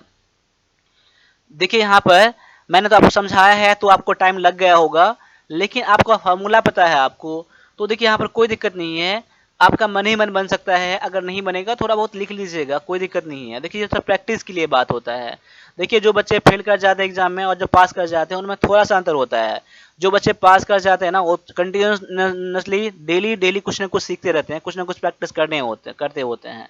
आप लोग कितने पढ़ने में तेज है ना, आप लोगों को प्रैक्टिस करना ही पड़ेगा आप लोगों को, और सही स्टडी मटेरियल को चुनना पड़ेगा। इसके लिए आप वन परसेंट एकेडमी हमेशा मन में बैठा लीजिए, आर्मी क्लियर के लिए सबसे बेस्ट चैनल है। ये मैं नहीं बोल रहा हूँ, आप लोग खुद बोल रहे हैं, ये चीज आप लोग खुद बोल रहे हैं। ऐसा कोई बच्चा नहीं होगा जो आर्मी क्लर्क का तैयारी करता होगा और उन्हें वर्ल्ड डिफेंस एकेडमी के बारे में पता नहीं होगा। अब आगे आ जाइए, अगला जो क्वेश्चन दिया गया है, यदि किसी धन का मुख्य विकर्ण 12 सेंटीमीटर लंबा है तो घन का आयतन ज्ञात कीजिए। यहाँ पर अब देखिए, यहाँ पर घन का विकर्ण दिया गया है, 12 सेंटीमीटर दिया गया है, तो घन का आयतन कितना है। देखिए यहाँ पर 2 फार्मूला आपको याद करना होता है, ठीक है। अब देखिए घन का विकर्ण क्या होता है, देखिए यहाँ पहले देख लीजिए, घन का विकर्ण, देखिए इसका फार्मूला क्या होता है, याद कर लीजिए कि √3 गुना में भुजा होता है। भुजा यानी कि बोले कि साइड बोले। देखिए आप लोग मैं जो इंग्लिश मीडियम से बच्चे हैं, भुजा को साइड कहते हैं, पता ही होगा आप लोगों को, विकर्ण को डायगोनल कहते हैं, ये दिया ही गया आपका। और एक फॉर्मूला याद कर लीजिए, घन का आयतन याद कर लीजिए। क्या याद कर लीजिए, घन का आयतन याद कर लीजिए। क्या होता है कि आपका भुजा का क्यूब होता है ना। अगर आपको आयतन पूछ रहा है तो आपको भुजा पहले पता होना चाहिए, तो भुजा पता होने के लिए आपको विकर्ण दिया गया है, इसे भुजा निकाल लीजिएगा आप लोग। तो दोनों फार्मूला आप लोग जरूर याद कर लीजिएगा। मैं क्वेश्चन को सॉल्व कर रहा हूँ, ठीक है। अब यहाँ पर देखिए मैं सॉल्व कर रहा हूँ यहाँ पर क्वेश्चन को, तो यहाँ पर देखिए घन का विकर्ण, घन का विकर्ण बराबर क्या दिया गया आपको, 12 सेंटीमीटर दिया गया, ठीक है। और यहाँ पर घन का विकर्ण का फार्मूला क्या होता है, रूट, देखिए यहाँ पर माफ कीजिएगा, √3 गुना में भुजा होता है ना, बराबर में 12 दिया गया है, तो कह सकते हैं कि भुजा बराबर में 12 बटा में √3 है। 12 बराबर में कितना है, √3 है। अब इसको काटेंगे आप, देखिए यहाँ पर काटिए इसको, देखिए 12 को आप लोग क्या गए, 4 गुना में 3 होता है ना, 4 गुना में 4 या 12 होता है ये। अब 3 को क्या कर सकते हैं आप, √3 गुना में √3 करते हैं ना, √3 गुना करते 3 आता है। यहाँ तो अब इसमें से एक रूट कट जाएगा, एक √3 कट जाएगा, क्या 4 और √3 बच जाएगा ना। देखिए ऐसा इसको कर सकते हैं कि 4 गुना में √3 गुना में √3 कर सकते हैं, बटा में √3 तो है ही। आप दोनों काट दीजिएगा तो क्या बच जाएगा आपका, 4√3 बच जाएगा। ये आपका निकल गया, भुजा निकल गया, क्या निकल गया आपका, ये चीज भुजा निकल गया आपका, 4√3 निकल गया। तो अब आयतन निकाल लीजिए। घन का आयतन का फॉर्मूला क्या होता है, भुजा क्यूब होता है ना, तो 4√3 का आप क्यूब कर दीजिए, यानी क्या 4 चौका 16 चौका 64, 64 और √3 3 हो जाएगा, 64 दिया में 100, देखिए यहाँ पर कितना हो जाएगा, 64 गुना में 3 हो जाएगा, 4 तिया 12 2 6 18 19, 192 √3 हो जाएगा। कितना हो जाएगा, 192 √3 हो जाएगा, जो कि ऑप्शन नंबर ये सी में दिया गया है ये, ठीक है। आप इसको सॉल्व कर लीजिएगा, इतना भुजा निकल गया ना, भुजा के बाद आप क्यूब कर दीजिएगा, आंसर निकल जाएगा। देखिए इसमें मेन क्या था आपका, फार्मूला था आपका, ठीक है। फार्मूला बहुत सारे बच्चों को पता नहीं होता है, इसलिए फार्मूला आप लोग जरूर याद कर लीजिएगा। अब आगे याद क्या है, अगला क्वेश्चन क्या है कि यदि एक अंकीय संख्या 18, 62, 38 और 3 ए इतना संख्या दिया गया आपका, बोल रहा है 22 से विभाज्य है, तो ए का मान कितना है। देखिए यहाँ पर 1 2 3 4 5 6 7 8, 8वीं संख्या यहाँ से यहाँ तक है। अब ए के बराबर में जो कोई अंक होगा ना उसको हटा दिया गया है, तो बोल रहा है ए के बदले में क्या आएगा। अब देखिए ये संख्या तो 22 से कट रहा है ना, आपने क्या पढ़ा होगा, जो मैंने पेड क्वेश्चन बताया है, जो आपने पहले ही पढ़ा होगा कि जो संख्या 22 से कटता है वो संख्या 11 से भी कटेगा और 2 से भी कटेगा, तभी वो संख्या 22 से कटेगा। अगर ये संख्या 22 से कट रहा है तो 2 से जरूर कटता होगा, 11 से जरूर कटता होगा। देखिए 2 का नियम पता है ना, एक स्थान पर 0, 2, 4, 6 या 8 में से कुछ भी रहता है तो संख्या 2 से कट जाता है यहाँ पर, ठीक है। तो यहाँ पर देख लीजिए, अगर यहाँ पर 4, 6, 4, 2, 8 है, कोई भी नंबर दे देंगे 2 से कट ही जाएगा, यहाँ पर कोई दिक्कत नहीं है। लेकिन अब एक स्थान पर क्या देंगे यहाँ पर, तो संख्या 11 से कट जाएगा। इसके लिए क्या करना है, पहले यहाँ देख लीजिए, 1, 8, 6, 2, 3, 8, 3 और ए है। तो 11 से कटने का नियम मैंने क्या बताया था, पहले संख्या ले लीजिए, फिर ये संख्या ले लीजिए, फिर ये संख्या, फिर ये संख्या ले लीजिए। यानी क्या बच रहा है कि 8 प्लस में 2 प्लस में 8 प्लस में ए, यानी और दूसरा में क्या लीजिएगा, ये और ये, यानी कितना हो जाएगा, 3, 3, 6, 1, 3, 3, 6 और 1। अब यहाँ पर 8, 2, 10 और 18, 18 ए ये हो जाएगा, 18 प्लस में ए हो जाएगा, ये कितना हो जाएगा, 3, 3, 6, 6, 12, 1, 13, 13 हो जाएगा। अब इन दोनों घटाने पर क्या आ जाए, घटाने पर या तो 0 आ जाए, या घटाने पर 11, घटाने पर 22 या 33 कुछ भी आ जाए। अब इन दोनों घटाएंगे तो 0 तो आएगा नहीं यहाँ पर, ठीक है, क्योंकि यहाँ पर 18 प्लस में ए है तो कोई ना कोई बड़ा संख्या हो जाएगा। तो यहाँ पर देख लीजिए क्या हो जाएगा कि 18 प्लस में ए माइनस में 11, मैंने इसमें से मैंने ये घटा दिया यहाँ पर, 11 नहीं 13, 18 में से 13 जाएगा, कितना हो जाएगा, 5 प्लस में ए बच जाएगा। यानी कि एक स्थान पर कौन सा नंबर यहाँ पर देंगे कि 11 हो जाएगा, तो यहाँ एक स्थान पर 6 देना पड़ेगा आपको ना, 6 देना पड़ेगा। तो यहाँ पर कितना हो जाएगा, 5 प्लस 6 11। अब ये संख्या 11 से कट जाएगा, यहाँ पर अगर हम 6 यहाँ पर कर देते हैं, संख्या 11 से कट जाएगा ना, तो ऑप्शन नंबर आपका क्या हो जाएगा, 6 वाला हो जाएगा। तो ऑप्शन नंबर आपका ए जो है इसका करेक्ट आंसर है, ठीक है। समझ गए ना आप लोग कैसे बनाया है हमने। तो इसको जरूर याद कर लीजिएगा, ये विभाजन का नियम है, ठीक है। डिविजिबिलिटी रूल जो है ना उसको, इससे संबंधित आपका ये है। देखिए समझाया हूँ तो आपको टाइम लगा है, लेकिन इस समय टाइम बिल्कुल नहीं लगता है। देखिए जिस तरह से मैंने क्लास कराया है ना उसको कर लीजिएगा ना, तो आपको आराम से समझ में आएगा। वैसे बहुत सारे क्वेश्चन बनाए होंगे, बहुत सारे बच्चे बनाए होंगे। यहाँ पर 25 क्वेश्चन मैंने करा दिया है। अब सेक्शन आ रहा है, सबसे इंपॉर्टेंट चीज आपका इंग्लिश का सेक्शन आ रहा है। यहाँ पर इंग्लिश से डर लग रहा है ना, तो वन प्लस डिफेंस अकेडमी मन में बैठा लीजिए आप लोग, और यहाँ पर क्लास डाउनलोड कर, एप्लीकेशन डाउनलोड करके क्लास ज्वाइन कर लीजिएगा। इंग्लिश के लिए अभी 999 लग रहा है, ठीक है, आप वो ज्वाइन कर लीजिएगा। ज्वाइन करने पर आपको 35 सेट आपको मिल जाएंगे, फ्री मिल जाएंगे आपको, जिसको कि ये लेने के लिए आपको 250 पेमेंट करना पड़ता है। ये आप लीजिएगा 35 सेट, तो आपको 250 पेमेंट करिएगा। अगर क्लास नहीं लीजिएगा तो आपको इस लेने के लिए 250 पेमेंट करना पड़ता है 65 सेट लेटेस्ट पैटर्न पर। एक इंग्लिश का ई बुक है जो आपको ये फ्री मिल जाएगा इसमें। देखिए मैं थोड़ा टाइम ले रहा हूँ, इसके लिए 150 पेमेंट करना पड़ता है, इसलिए मैं फ्री में दे रहा हूँ, ठीक है। इसको जरूर ज्वाइन कर लीजिएगा। यहाँ पर 1000 ओनली है, और आपके कैरियर की बात है, आर्मी क्लर्क बनने की बात है, कहीं भी क्लास कर लिए हैं या करने वाले हैं या कर चुके हैं तभी ये क्लास जरूर ले लीजिएगा, ठीक है। अब आ जाइए क्वेश्चन पर यहाँ पर, ठीक है। तो यहाँ पर मैंने पैसेज को सबसे पहले हटा दिया है, मैंने पैसेज मैं क्लास लेंदी के लिए कि अभी तक मैं आपको 25 क्वेश्चन कराया है तो काफ़ी टाइम लग गया होगा। अब मैं पैसेज कराता और टाइम लग जाता है, इसलिए मैं पैसेज यहाँ पर नहीं करा रहा हूँ, क्लास बोरिंग हो जाता है। पैसेज मैं सारा पेड कोर्स में कराता हूँ, ठीक है, इंग्लिश के पेड कोर्स में कराता हूँ, तो आप जरूर ज्वाइन कर लीजिएगा। आर्मी क्लर्क के लिए तैयारी कर रहे हैं तो इंग्लिश का क्लास जरूर ज्वाइन करिएगा आप लोग, ठीक है। अब यहाँ पर क्वेश्चन मैंने नई तरीके से इसको मैंने यहाँ लाया है। क्वेश्चन तो वैसे 3 क्वेश्चन आते हैं आपको आर्टिकल के, लेकिन यहाँ पर मैंने एक अलग टाइप का मैंने क्वेश्चन यहाँ पर दिया है आपको। देखिए यहाँ पर पहला ब्लैंक, दूसरा ब्लैंक और तीसरा ब्लैंक। देखिए पहले ब्लैंक के लिए क्वेश्चन नंबर ये है 36 में कौन सा आर्टिकल, आप आगे देखते हैं ना। दूसरे ब्लैंक के लिए फिर यहाँ 37 नंबर क्वेश्चन आपका आ गया, दूसरे ब्लैंक में क्या आएगा वो देख लीजिएगा। और तीसरे क्वेश्चन में 38 में क्या आएगा, तो 38 के लिए मैंने क्वेश्चन दे दिया, ऐसे है, ठीक है। तो अब आ जाइए, ऐसे ही क्वेश्चन और एग्जाम पूछे जाते हैं, तो इस टाइप के भी क्वेश्चन एग्जाम में इस बार आ सकते हैं आपको। इस टाइप के देखिए कुछ अंतर नहीं है, बस मैंने इसका तरीका मेंशन कर दिया, पूछने का तरीका। अब यहाँ पर क्या है कि my friends live in old house. अब देखिए यहाँ पर, अब ओल्ड हाउस है तो कौन सा आर्टिकल लेगा। देखिए यहाँ पर ओल्ड हाउस है, मेरा फ्रेंड एक ओल्ड हाउस में रहता है। यहाँ पर कौन सा प्रॉपर कोई है, कोई प्रॉपर हाउस नहीं है, कोई स्पेसिफिक कोई खास हाउस की बात नहीं किया जा रहा है कि उसी हाउस में रह रहा है। सबसे पहले यहाँ पर दो तो लगेगा नहीं, आपका पहला चीज क्लियर हो गया। और यहाँ पर ओ है, हॉर्स क्या है, एक नॉन है। अब ओ क्या है, अब ओल्ड क्या है, आपका एक एडजेक्टिव है। यहाँ से कोई ना कोई आपको आर्टिकल लगाना पड़ेगा इस हॉर्स के लिए।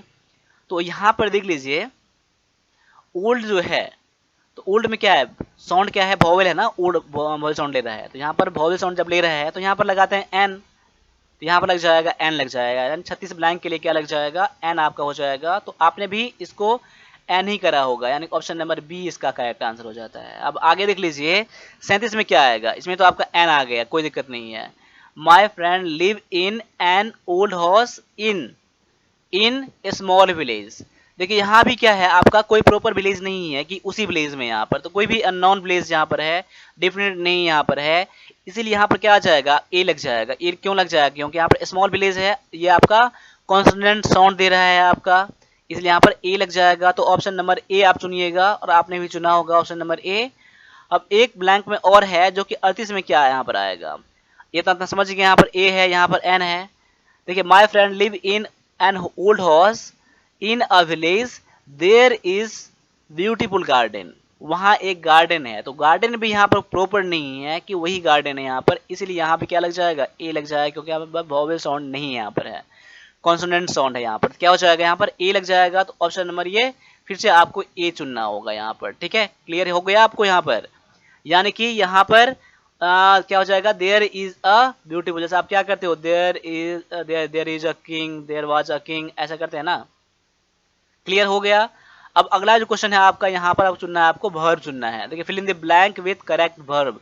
देखिए वर्ब में आपके प्रीपोजिशन भी आ सकते हैं, आपका वर्ब भी आ सकता है, नॉन भी आ सकता है, नॉन भी आ सकता है, एडजेक्टिव भी आ सकता है, ये चीज़ आपको जरूर करना है। तो ग्रामर के सभी पोर्शन करके जाने हैं आपको, जो मेन मेन इंपॉर्टेंट है। तो मैं क्लास में अभी मैंने स्टार्ट नहीं करा ग्रामर, ग्रामर आपको दुर्गा पूजा के बाद भी स्टार्ट हो जाएगा, इससे पहले 35 क्लास हो चुके हैं। अब ये क्लास ज्वाइन करते हैं, तो वैसे भी मैं बहुत सारे क्लासेस दे रहा हूँ। अभी 500 रुपये का जो क्लासेस है, वीडियो रिकॉर्डेड क्लास है, वो फ्री में दे रहा हूँ। इस क्लास के अलावा तो क्लास में तो क्लास मिलेगा ही आपको, प्लस में आपको इसमें 500 रुपये दे रहा हूँ, जिसमें कि 90 पैसेज है, ठीक है, सायोनिम है, एंटोनिम है, आर्टिकल है, कॉमन है, PQRS है, बहुत सारे क्लासेस हैं, ये सब आपको फ्री में मिल जाएंगे। अभी ऑफर चल रहा है, इसलिए आप क्लास को जरूर ज्वाइन कर लीजिएगा, ठीक है। अब यहाँ पर देख क्या है, Arabian Nights an interesting book, यहाँ पर है Arabian Nights an interesting. Arabian Nights क्या है, एक किताब, यहाँ पर क्या है, एक किताब यहाँ पर है, ठीक है, क्या है, बहुत ही ज्यादा इंटरेस्टिंग है। अब यहाँ पर देख लीजिए कौन सा आर्टिकल लेगा, यहाँ पर आर्टिकल यहाँ कौन सा वर्ब लेगा, यहाँ पर वेयर, आर, इज या फिर हैव। देखो यहाँ पर हो जाएगा अरेबियन नाइट्स, नाइट्स इज हो जाएगा यहाँ पर। अब देखो यहाँ पर आपने देखा होगा नाइट्स, देखा होगा आपने, तो बहुत सारे बच्चे यहाँ नाइट्स देखे, यहाँ पर आर लगा देंगे या वेयर लगा देंगे या हैव लगा देंगे। लेकिन यहाँ पर याद कर लीजिएगा आप लोग, कोई बुक का नाम दिया हो, कोई बुक का नाम दिया हो ना, तो वहां पर आप लोग एस मत देखिएगा। यहाँ पर बुक का कोई एक बुक का नाम हो तो यहाँ पर डायरेक्टली आप लोग क्या करिएगा, यहाँ पर सिंगुलर वर्ब लगाइएगा। बुक नेम हो या फिर कोई डिजीज का नाम हो, ठीक है, या फिर कोई आपका सब्जेक्ट का नाम हो, ठीक है, बुक नेम, डिजीज नेम और सब्जेक्ट नेम रहे। जैसे क्या है, फिजिक्स है ना, PHYSICS यहाँ पर है ना, ठीक है, PHYSICS, फिजिक्स से एस लगे है ना। मैथमेटिक्स होता है तो वहां पर इज, यहाँ पर आर नहीं लगता है, यहाँ पर इज लगता है, यहाँ पर सिंगुलर वर्ब लगेगा, याद कर लीजिएगा आप लोग, ठीक है। बुक नेम, डिजीज नेम और सब्जेक्ट नाम यहाँ पर दिया हो तो उससे पहले आप लोग क्या करेंगे, सिंगुलर वर्ब का यूज करेंगे। अब आगे आ जाइए, यहाँ पर चुनना है क्या, तो यहाँ पर select the most appropriate option to fill in the blank. अब यहाँ पर ब्लैंक में कौन सा प्रोनाउन लेगा, देखिए यहाँ पर whom, whose, which, who, ये एक आपका रिलेटिव प्रोनाउन है, ठीक है ना, रिलेटिव प्रोनाउन यहाँ पर है, ठीक है। तो रिलेटिव प्रोनाउन कौन सा लेगा, यहाँ पर देख लीजिए, यहाँ पर the women you meet on Sunday is my mother, जिस मदर से आपने, जिस औरत से आपने मिला, महिला से मिला, वो मेरी मम्मी है, संडे को जो मिला था। तो यहाँ पर देखिए कौन सा आपका प्रिपोजिशन लेगा, यहाँ पर the women who you met नहीं होगा, यहाँ पर हु तो देखिए बहुत सारे बच्चे लगा देंगे, यहाँ पर द मैन हु लगा देंगे, लेकिन यहाँ पर क्या लग जाएगा, हुम लग जाएगा। अब देखिए यहाँ बहुत सारे बच्चे ना हुम में और हु में क्या करते, कंफ्यूज कर जाते हैं, कहाँ पर हु लगेगा, कहाँ पर हुम लगेगा। देखिए यहाँ पर जहाँ पर आप हु लगाएंगे ना, जहाँ पर आप लोग हु लगाएंगे वहां पर आप लोग ही या फिर सी रख के देख लीजिएगा। अगर ही सी बैठ जाए आपका यहाँ मीनिंग, यहाँ पर ले ले, अगर आपका यहाँ पर सही से ले ले तो वहाँ पर ही या सी रख लीजिएगा, हु रख लीजिएगा, नहीं तो आप लोग हुम रखिएगा। देखिए द वुमेन, अगर मैं हु करता हूं यहाँ पर, the women who you met, women जिससे यू मिले, ऐसा हु नहीं यहाँ पर आएगा, ठीक है। यहाँ पर क्या आ जाएगा, हुम यहाँ पर आ जाएगा, यहाँ पर हुम जिससे, ठीक है, जिससे आपने मिला था। अगर हु रहता यहाँ पर तो यहाँ पर कोई ना कोई यहाँ वर्ब आ जाता है यहाँ पर, ठीक है। वैसे भी क्लियर आपका हो रहा है यहाँ पर। तो ऑप्शन नंबर यहाँ क्या हो जाएगा, ए आपका यहाँ पर बिल्कुल करेक्ट आंसर है। अब आगे आ जाइए कि I am allowed to take photographs inside the church, और यहाँ पर कौन सा ऑप्शन सही है आपका। देखिए क्वेश्चन टैग आपका है। देखिए क्वेश्चन टैग बहुत ही आसान होता है, लेकिन बहुत सारे बच्चों को पता नहीं होता तो आंसर नहीं कर पाते हैं। देखिए यहाँ पर अगर यहाँ पर नेगेटिव पॉइंट दिया रहे तो वहां पर आपको क्या अफर्मेटिव लेना है, अफर्मेटिव वाला। और यहाँ पर अभी अफर्मेटिव है, नेगेटिव नहीं है, तो यहाँ पर आपको हमेशा नेगेटिव लेना है। देखिए आई एम, और जो यहाँ वर्ब रहे उसी वर्ब से रिलेटेड आपको अपोजिट यहाँ पर करना है। जैसे एम रहे तो एम का क्या होता है, एम का क्या बनता है, एम का होता है आरंट होता है। क्या होता है, आरंट होता है। क्लियर यहाँ पर है, आरंट। देखिए आपने क्या पढ़ा होगा, सूट के लिए क्या पढ़ा होगा, S H O U L D, ठीक है, एल डी। जिसका क्या बनता है, S H O U L, student होता है। क्या होता है, एल एल डी, स्टूडेंट होता है। लेकिन एम के लिए एमंट नहीं होता, आरंट होता है। ऑप्शन नंबर क्या हो जाएगा, डी में दिया हो जाएगा। यहाँ पर क्या हो जाएगा, A R E N T, aren't हो जाएगा। क्या हो जाएगा, aren't I. Option number D आपका हो जाएगा यहाँ, क्योंकि यहाँ पर एम के लिए आर आता है, ठीक है, नेगेटिव में। क्लियर यहाँ पर हो गया। यहाँ पर शैल तो आएगा नहीं, यहाँ पर शैल भी है नहीं, यहाँ पर कैन तो यहाँ है नहीं, यहाँ पर कांट आएगा।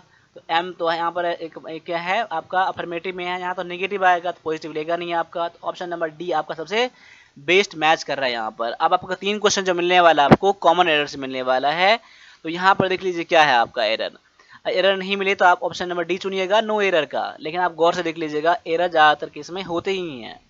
अब यहाँ पर क्या है कि I am senior, I am senior then, I am senior then him by 2 years, no error. अब यहाँ पे क्या है कि I am senior then him by, मैं उनसे 2 साल का सीनियर हूँ, बड़ा हूँ। तो यहाँ पर एरर जो आपका है ये पार्ट नंबर बी में एरर है, पार्ट नंबर बी में एरर है। आपका आंसर क्या हो जाएगा, बी हो जाएगा। अब क्यों हो जाएगा, क्योंकि यहाँ पर देन यहाँ पर नहीं लेगा। आपने भी इसको जरूर करा होगा, जो बच्चे सीरियस हैं, जो इससे पहले ग्रामर थोड़ा बहुत पढ़ा होगा, जो मेरे क्लास देखे होंगे ना, उसको 100% आप लोग किए ही होंगे। क्योंकि सीनियर के बाद क्या आता है, सीनियर 2 आता है। क्या होता है, सीनियर 2 आता है। अब यहाँ पर अगर जूनियर रहे, क्या रहे, जूनियर रहे, तो जूनियर के साथ भी 2 आता है। जूनियर, सुनियर, जूनियर, सीनियर, ठीक है। सुपीरियर क्या आ जाएगा, सुपीरियर आ जाएगा, तो उसके साथ भी 2 लगता है। याद कर लीजिएगा, फिक्स सब है, इसका क्या है, फिक्स प्रीपोजिशन है आप लोगों को, ठीक है। तो ऑप्शन नंबर बी आपका यहाँ पर एरर हो जाएगा, ठीक है। अब आगे आ जाओ, क्या है यहाँ पर एरर, फिर ढूंढना है आपको। यहाँ पर ही cooked dinner and then turned the radio on, no error. अगर एरर नहीं मिलेगा तो ऑप्शन नंबर डी चुनिएगा। आप लोग आराम से पढ़ लीजिएगा, आराम से गौर से देखेंगे ना, तो आपका एरर बन जाएगा आपका। यहाँ पर क्वेश्चन क्या है, यहाँ पर ही cooked dinner and then turn the radio on. अब यहाँ पर जो आपका आंसर हो जाएगा ये ऑप्शन नंबर आपका सी हो जाएगा। तो अभी भी देख लीजिए ऑप्शन नंबर सी में एरर क्या है। आपका एरर जो है ये पार्ट नंबर सी में, और एरर जो है यहाँ पर देन में एरर है, क्योंकि देन नहीं यहाँ पर आएगा, देन को ये देन रिप्लेस करेगा। क्योंकि यहाँ पर कंपेयर जब किया जाता है, जब हम लोग कोई चीज के लिए कंपेयर करते हैं तो हम लोग रिलेटिव का यूज करते हैं, देन का यूज करते हैं, तो मोर देन, लेस देन। तो यहाँ पर ये THAN का यूज होता है। अदरवाइज आपको तो देखिए ही cooked and dinner and then, उसने क्या बनाया, डिनर बनाया, और उसके बाद तब, तब का मतलब देन आता है, THEN होता है, इसलिए पार्ट नंबर बी सी में आपका एरर हो जाता है। तो मेरे ख्याल से आपको ये चीज समझ में आया होगा। अब आगे आ जाइए, अगला क्वेश्चन दिया गया है, he asked whether either of the brothers were at home, no error. फिर से देख लीजिए यहाँ पर क्या है कि he asked whether either of the brothers were at home, no error. अब यहाँ पर आपका आंसर क्या हो जाएगा वो गौर से देख लीजिएगा आप लोग, ठीक है। आई आस्क्ड वेदर आइदर, अब यहाँ पर एरर जो है आपका पार्ट नंबर सी में एरर है। अब पार्ट नंबर सी में एरर ये क्या है, आप लोग थोड़ा देख लीजिए। आइदर ऑफ द ब्रदर्स के बाद, आइदर के बाद कौन सा लेगा आपका, यहाँ पर either of the brothers, were यहाँ नहीं आएगा, आइदर यानी दोनों में से कोई एक, इसलिए यहाँ पर क्या आ जाएगा, वॉज आ जाएगा ऑप्शन नंबर सी में, इसलिए एरर दिया गया है। तो 3 क्वेश्चन आप कॉमन एरर के खत्म हो गए यहाँ पर। अब 3 क्वेश्चन सबसे इंपॉर्टेंट जो है PQRS का, इसमें गौर से देख लीजिएगा मैं कैसे बना रहा हूँ, वैसे ही बनाना है। और अगर आपका बन जा रहा है ना तो मेरे आंसर करने से पहले आप लोग आंसर करिएगा, नहीं तो मेरे बनाने का तरीका देखिएगा मैं क्या क्या यूज कर रहा हूँ। देखो सबसे पहले मैं ग्रामर का यूज कर रहा हूँ यहाँ पर, उसका और सेंटेंस का मीनिंग निकालने का मैं कोशिश करता हूँ यहाँ पर। प्लस में सबसे जो इम्पोर्टेंट मैं करता हूँ ऑप्शन का मैं हेल्प लेता हूँ यहाँ पर, ठीक है। तो ऑप्शन का भी मैं हेल्प लेके बनाता हूँ, ठीक है। और लॉजिकल तो है ही, लॉजिक जरूर लगाते हैं हम लोग, क्या आंसर हो सकता है। देखिए ये चीज़ कब होगा ना, जब आप लोग मैक्सिमम क्वेश्चन का प्रैक्टिस करेंगे तब होगा, अदरवाइज ये संभव ही नहीं है आपका, बिना प्रैक्टिस का चीज़ हो ही नहीं सकता आपका। तो प्रैक्टिस करिएगा आप लोग। तो यहाँ पर क्या है कि when you ponder over, ponder मतलब क्या होता है, कोई चीज़ के बारे में सोचना, गहन सोचना। पॉन्डर ओवर मतलब कोई चीज़ के बारे में बहुत ध्यान लगा के सोचना, समझना, देखना, गौर करना, सोचना किसी चीज़ के बारे में, पॉन्डर ओवर होता है, ठीक है। When you ponder in the United nation, ponder over. अब पॉन्डर ओवर के बाद कौन सा PQRS यहाँ अरेंज करके यहाँ फिट करवाना है, लास्ट में आपको इसमें ये देना है। अब देखिए वेन यू पॉन्डर ओवर, कोई चीज़ के बारे में जो सोचते हैं, when you ponder over that the only hope. अगर मैं किसी चीज़ के बारे में सोचता हूँ तो होप के बारे में देखिए, that is the only hope, या कोई मीनिंग रख रहा है आपका, मीनिंगफुली आ रहा है, नहीं आ रहा है यहाँ पर ना। तो ऑप्शन नंबर P से स्टार्ट होने वाला आपका नहीं होगा। वैसे ऑप्शन में देख रहा हूँ यहाँ ना, ऑप्शन P से कोई स्टार्ट नहीं हो रहा है, तो वैसे P से स्टार्ट होगा भी नहीं, या आप चेक भी नहीं करना आपको, यहाँ पर ऑप्शन P नहीं है। तो अगर मैं ये देखता हूँ कि when you ponder over you will realise, जब आप किसी बारे में सोचते हैं तो आप रियलाइज करेंगे। आपका मे बी Q से स्टार्ट हो सकता है, इसलिए मैं बढ़िया देख रहा हूँ कि when you ponder over of world peace lies, इसका देखिए इसके बाद मीनिंग रखने रहा है आपका, ponder over of world peace lies, उसमें निहित है, ऐसा कुछ नहीं है ना, आर से आपका कभी नहीं होगा, तो और आर वाला ऑप्शन गलत हो गया आपका, आर से कभी होगा ही नहीं। अगर मैं ऐसा करता हूं कि when you ponder over the question deeply, देखिए किसी चीज के बारे में गहन तरीके से जांचना, सोचना, क्वेश्चन करेंगे, when you ponder over the question deeply, अगर इस क्वेश्चन के बारे में गहन, बहुत ही अध्ययन, बहुत ही गहरे तरीके से सोचते हैं, ऐसा मुझे लग रहा है कि मैं क्यों ना लेकर एस से मैं स्टार्ट करूं, तो मुझे ज़्यादा बेटर लग रहा है। देखिए इसके बाद ग्रामेटिकली ये ठीक है, कोई दिक्कत नहीं है, लेकिन उससे बढ़िया मेरा एस लग रहा है, तो मैं अभी एस मान के चल रहा हूं। तो एस वाला ऑप्शन बी और सी में है, ठीक है। तो अभी मैं मान लेता हूँ एस आपका है यहाँ पर है। अगर एस के बाद मैं बढ़ता हूँ तो एस के बाद क्या रहेगा, when you ponder over the question deeply, question deeply, deeply of world लेगा, नहीं लेगा। देखिए एस के बाद तो या तो पी या तो क्यू आएगा, तो आर वाला तो होगा नहीं। अगर मैं ये करता हूँ the question deeply that the only hope, that the only hope, या फिर क्यू से मैं स्टार्ट करूँ, question deeply you will realise, you will realise. अगर मैं ऐसे करता हूँ when you ponder over the question deeply you will realise, अगर आप किसी क्वेश्चन के बारे में डीपली सोचते हैं, बहुत गहन तरीके से सोचते हैं, तो ये आप महसूस करेंगे, ये रियलाइज करेंगे। देखिए कहीं ना कहीं मेरा एस के बाद क्यू मेरा बेस्ट मैच कर रहा है, तो एस के बाद मैं क्यू कर रहा हूँ यहाँ पर, रियलाइज, व्हेन यू रियलाइज, उसके बाद पी दिया है, when you realise that the only hope, only hope of world peace lies in the United Nation, ये उसमें यूनाइटेड नेशन में लाई है, तो ये आप लोग याद कर लीजिएगा, LIES, लाइज इन होता है, कोई चीज में समाहित होना, उसमें अंतर्निहित होना, लाइज इन होता है। वैसे भी आप लोग देख रहे हो आर के बाद आपका यही लेगा, तो आर इसमें दिया गया है, कोई दिक्कत नहीं है आपका है। तो आपका जो बेस्ट मैच करने वाला है ऑप्शन नंबर सी मैच करने वाला है, ठीक है। SQPR आपका बेस्ट मैच कर रहा है, ऑप्शन नंबर सी आपका। तो ऐसे ही आप लोग प्रैक्टिस करिएगा, ठीक है। हो सकता है बहुत सारे बच्चों को बोरिंग लगता होगा, लेकिन आपको करना ही पड़ेगा। अगर आप चाहेंगे ना कि मैं PQRS में छोड़ दूंगा, या साइंस में छोड़ दूंगा, मैं मैथ को छोड़ दूंगा, मैं कंप्यूटर छोड़ दूंगा, जब आपके मन में ये चीज आ जाता है ना, अभी से छोड़ने की बात मन में आ जाता है, तो एग्जाम में आप बेस्ट नहीं कर पाओगे। आप लिख के ले लीजिए 100%। अगर आप टारगेट करके जाते हैं कि मैं एग्जाम में 35 क्वेश्चन करके आऊंगा, 30 क्वेश्चन सही करके आएंगे, तो वहां पर लोग देख लीजिएगा, वहां से उससे कम क्वेश्चन करके आएंगे आप लोग, ये इतना देख लीजिए। अगर आप लोगों का ऐसा टारगेट है, मैंने बहुत बच्चों को बताया है कि ऐसा टारगेट मत करो कि 30 क्वेश्चन बनाने हैं, 30 क्वेश्चन में मेरिट आ जाता है। देखिए मेरिट आने की बात ही मत करिए, अपना बेस्ट कीजिए। अपना बेस्ट करने का मतलब क्या है, जितना आपसे हो सकता है। क्या आपको 40 क्वेश्चन बनेगा, 40 क्वेश्चन नहीं बनाओगे आप लोग? अगर 35 क्वेश्चन करके आओगे, नहीं ना, ऐसा 40 क्वेश्चन बनेगा, 40 क्वेश्चन बनाओगे, 50 क्वेश्चन बनेगा तो 50 क्वेश्चन बन के बनाओगे। ऐसा नहीं करोगे कि सर 35 क्वेश्चन में मेरिट बन जाता है, 30 क्वेश्चन में मेरिट बन जाता है, मैं इतना क्वेश्चन करके आऊंगा। जब आप ऐसा नहीं कर सकते हो, जब क्वेश्चन पता रहता है, तो अपना बेस्ट क्यों नहीं करते हो आप लोग यहाँ पर? तो अपना बेस्ट दीजिए और टारगेट सेट मत करिए कि मुझे 35 क्वेश्चन करने हैं, 30 क्वेश्चन करने हैं, 25 क्वेश्चन करने हैं, 20 क्वेश्चन करने हैं, ठीक है। और वन प्लस फ्रेंड्स अकेडमी से जुड़िए आप लोग। अब यहाँ पर आगे देख लीजिए क्या है कि when the governor done to the horse, when the governor, अब क्या लेगा यहाँ पर पी क्यू आर एस में से सेंटेंस आपका देखिए या तो आर या पी या फिर एस से, यानी क्यू से स्टार्ट नहीं होगा आपका, ठीक है। इसके बाद मुझे क्यू के बाद चेक ही नहीं करना है। देखिए when the governor the bill had rank, when the governor the bill had rank, इसका कोई मीनिंग रख रहा है क्या, कोई मीनिंग ले रहा है? गवर्नर द बिल रैंक कोई मीनिंग नहीं रख रहा है, यानी कि पी से स्टार्ट नहीं होगा, यानी कि आपका ऑप्शन क्या है, बी वैसे ही कट जा रहा है आपका, ठीक है। मैं इसको यहाँ पर थोड़ा क्लियर कर देता हूँ, यहाँ पर साफ साफ मैं कर देता हूँ। देखिए ऑप्शन नंबर बी आपका वैसे ही कट जाता है, आपका कोई मीनिंग ले ही नहीं रहा है आपका यहाँ पर।